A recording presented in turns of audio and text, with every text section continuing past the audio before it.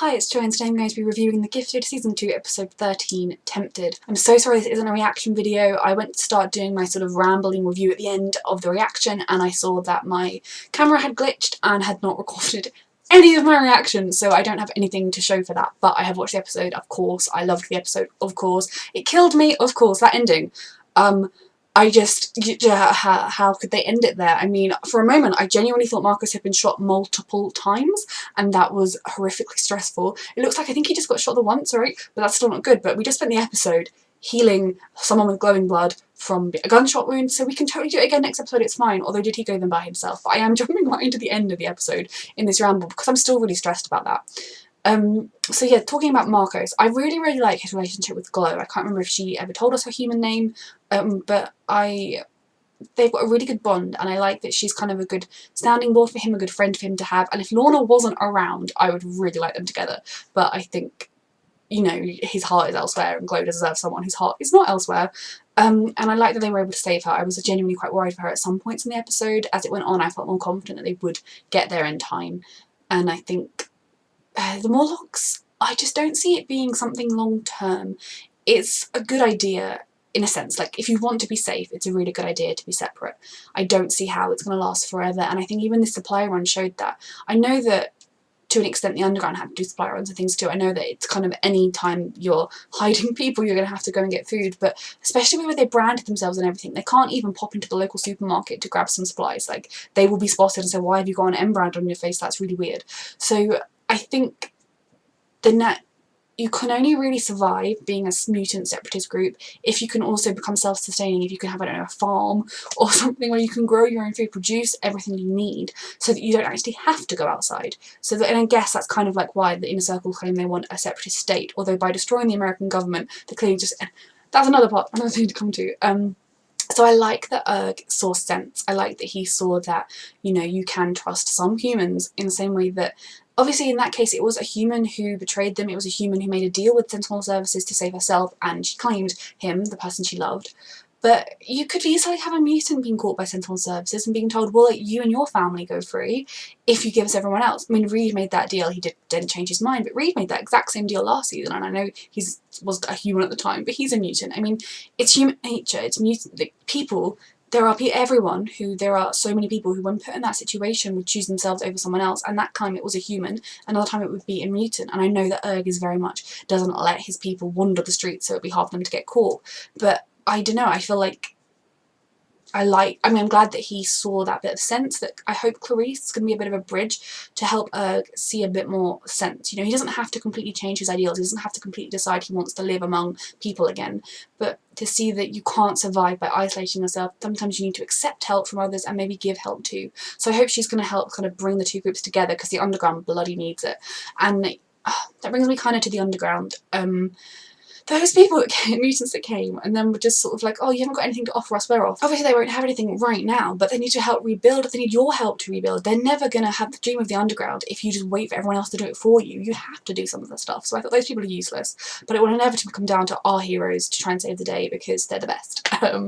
Yeah, so that was frustrating from them at the beginning. I get it, I get the fear, I get the hopelessness, I get kind of, if you have a way to go and hide and to not be part of it, then maybe go for it, but I don't think that was a long-term best case scenario. Then we have Lorna, who is playing such a risky game, and obviously she knows that, but there is no other way for her to do this than she's doing in a way. You know, she has to be a spy, she has to go hopefully under the radar, she has to, but how else can you get the information if they won't give it to you other than ask for it? Sneaking into rooms looking for plans and things, and what she discovers is that they're planning on wiping out the entire US government. Now, if it's the real life president, we can maybe like let them get a couple of people, but realistically, how many innocent people work in all of those buildings?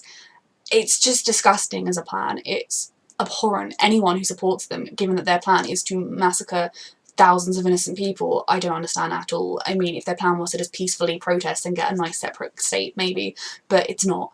Lorna is thankfully seeing sense. I wonder if, does Andy know the full scale of the plan? I feel like Andy would probably go along with it at this point, but does he know? Would he also see some sense if he realised just how many innocent people were going to be involved?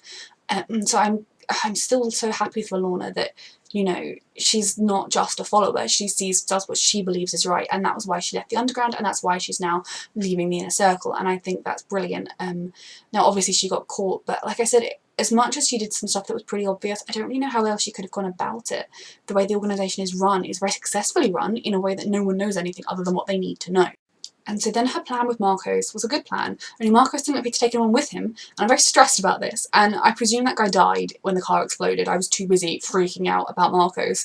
If you do my reaction, I was essentially just screaming. So yeah, there was the one gunshot where Marcos did get shot, and then we hand away, and then there were many gunshots and flashes of light, and so I assume they had a struggle, and all those gunshots didn't hit Marcos, but that guy is pretty dead, and then the car exploded, and I presume took him out with it. So the inner circle is probably going to want to look into what happened there. One of their members vanished, or was killed, I suppose. Yeah, they'll find the car. So one of their members died, was killed, or did his power malfunction somehow? Was he drunk and so he blew himself up? I mean, he was going to drink drive, so maybe he might use his mutant power and blow himself up. But that was a horrific ending. I'm still really, really stressed by it. And I think, is there another 2-week break? Did I see someone say? I'm really hard. No, thank you. I'm just really, really worried about Marcos, and if he dies, if he gets really hurt, Lorna might blame herself slightly because it was kind of her plan, and why wasn't someone with him? I mean, John was just cuddling the dog. Now, I know John was sad cuddling the dog, but he could have been sad backing Marcos up, and then there would have been 2 of them and someone can get Marcos to safety. And, you know, when he bleeds, it's bright and glowing, and everyone will be like, oh look, there's a bleeding mutant. He's not going to be able to hide, and I'm very stressed. If you've watched my reactions before, you probably know who my favourite character is, and that is Lorna.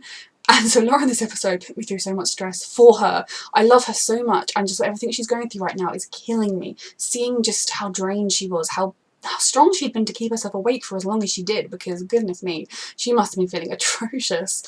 And I just...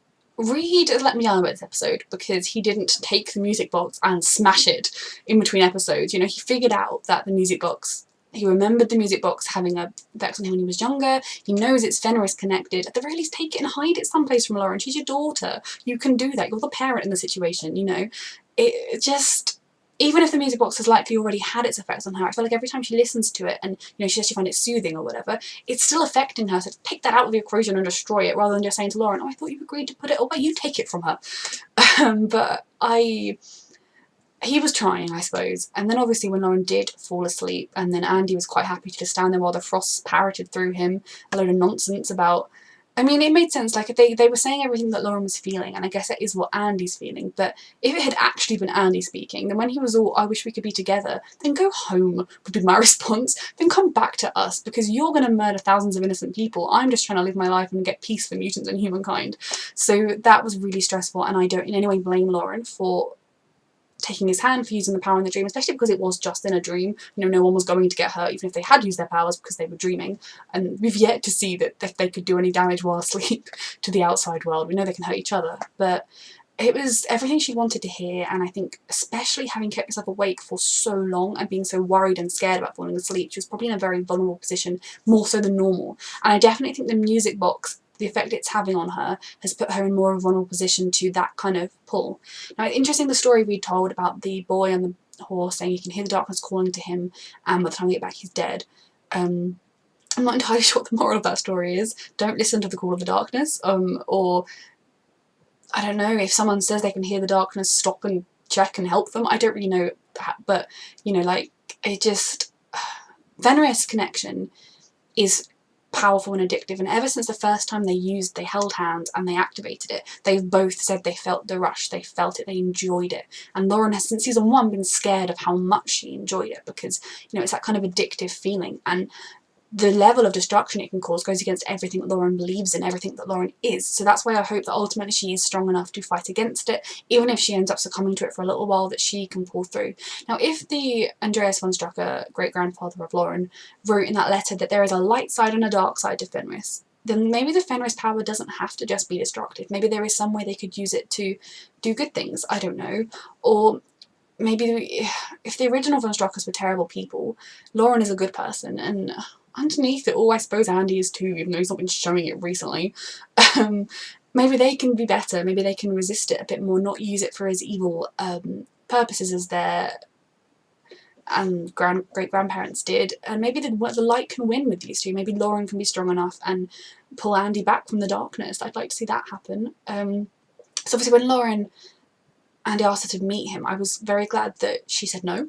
I know that she then almost met him and everything, but like I was glad that she wasn't completely like sucked in by it. The Frost Sisters' plan didn't work as well as they thought it did, and so then of course she left to kind of figure out. I feel like this episode Lauren was very much not herself. She was not being able to control her actions or really know what she wanted and what she should be doing, partly from sleep deprivation, because my goodness, she'd not been sleeping properly for days, from the effect of the dream with Andy and kind of the psychic pull of the sisters, from the music box to just the Fenris connection itself just getting to her. And I think when, like, you know, yes, she was making decisions, but they weren't entirely her own. Like, even the way that she just took out that car when the mutant family was being harassed, that didn't help them in any way. That didn't save them or anything. It was just kind of pure rage at mutants being mistreated, and I get that, but it didn't help anything, and I think Lauren in her right mind wouldn't have done it. And then, obviously, finally, John is able to say to Reed, we know everything you're saying about how you know this feeling. It seems like you understand exactly what Lauren is going through. He doesn't get the sibling connection of it, but the port of the darkness within them from their family connection and their powers, he understands fully. And I was really glad that he finally told her that, and he told her she wasn't alone. And I mean, I feel like if he'd just said that earlier in the episode, we could have a lot less stress and a lot less running around the city being stressed. And so Lauren suppressing her powers is not something I love. I think as a short-term solution, it's brilliant. She's going to get to sleep. She's going to get to stop being terrified that she's going dark. She can maybe try and get her brain a little bit more focused, a little bit more back to who she is. And then hopefully, if she stops taking the drug, be able to be more in control of the situation and stand up to Andy and the Frosts and be sure of herself. I'm kind of worried that it will be a case of, because she's not been fighting it, the minute she stops taking the drug, it all rushes in and overwhelms her and she just succumbs to the Fenris connection. But like I said, hopefully she can be the light of that and keep it light. So I think at the end of the episode, it was probably the best thing for Lauren in the short term. I don't agree with it, but I also think she needs to sleep. She needs to not stop being terrified. Now, do they have an endless supply of this drug? Now that they have it, can Caitlin make more of it? Or is it going to run out eventually? Because they both need it at the moment. Reed needs to just learn to control his powers, but at the moment, both of them currently need it, so it's going to be getting used up more and more and more. So that was really stressful for Lauren, and I think I love that Reed was able to say, I feel it too, I liked the darkness too, that, you know, everyone in real life has light and dark in them. Nobody is just good or just bad, but it's the choices you make to do with that darkness. It's how you deal with it, whether you control it, whether you give in to it. And, you know, some people have more, some people have less, but it's who you are as a person. And Lauren is good and has been since season 1. She's always been scared of the power because she loved it, you know, obviously, because that kind of addictive rush you do like, but she didn't like it, whereas Andy was quite excited by the power and just wanted more. Now, I am really, really angry at Andy at the moment. I mean, I really hope he feels terrible at what he's done to his sister. I mean, he's using them to bombard, to harass, to torture, he's driven Lauren to the point where she actively got rid of her powers, and Lauren has never wanted to get rid of her powers. She's wanted a normal life with powers, you know, she's wanted to be able to just be who she is, be safe, be free. She's always used her powers. She uses silly things like getting sweets out of the vending machine and messing up Coke bottles and things because it's fun. She's proud of being a mutant, and she's been driven to this point of not having her powers just because of her brother and because of how he's treating her, and it's disgusting. I really hope at some point somebody has some strong words with him about that, because he's being a stupid boy, so easily manipulated by the Frosts, and I'm really angry at him. And I hope that the repercussion of Lauren suppressing her powers, I hope Andy realises what a terrible person and brother he's been, but I feel like he's just clueless and he just wants his sister back. He wants his family. He quite liked to use the Fenris power, so why doesn't Lauren come back and let him do what he wants? Because he's all that matters. But I digress. I still think Andy is a child, and I still think Andy is young and making foolish mistakes, so I don't hate him or anything, but I think he is racking up a lot of points in the unforgivable column that he needs to start atoning for. Yeah, so it was just stressful, and God knows what's going to happen next with all of that. My favourite thing of the entire episode is the fact that Andy and the Frost just stood on that rooftop all day waiting for Lauren.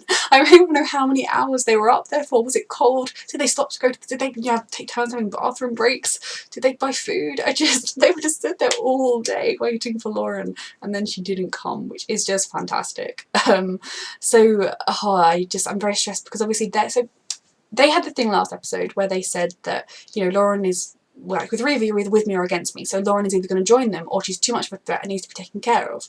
But if they can sense from Andy that she's cut off from her powers, she's no longer in his dreams, she's not getting stronger, will they leave her be because she's not technically a threat right now?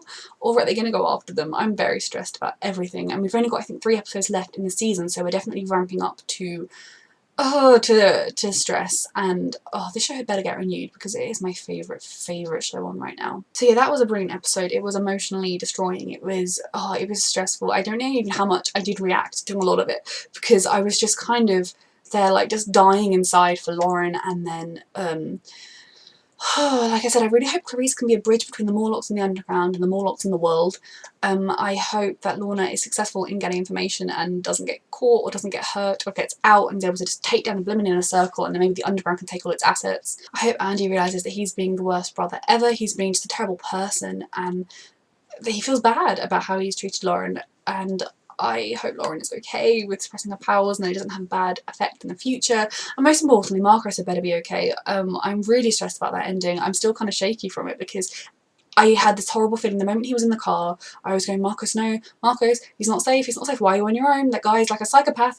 And I'm still really stressed for him, and I really don't want to cry my eyes out next episode, so he better be okay. So yeah, again, I'm really sorry my camera glitched. It appears to have recorded this ramble fine, which is good, and I will see you next week, or in 2 weeks if it's 2 weeks for the next episode. Thank you for watching.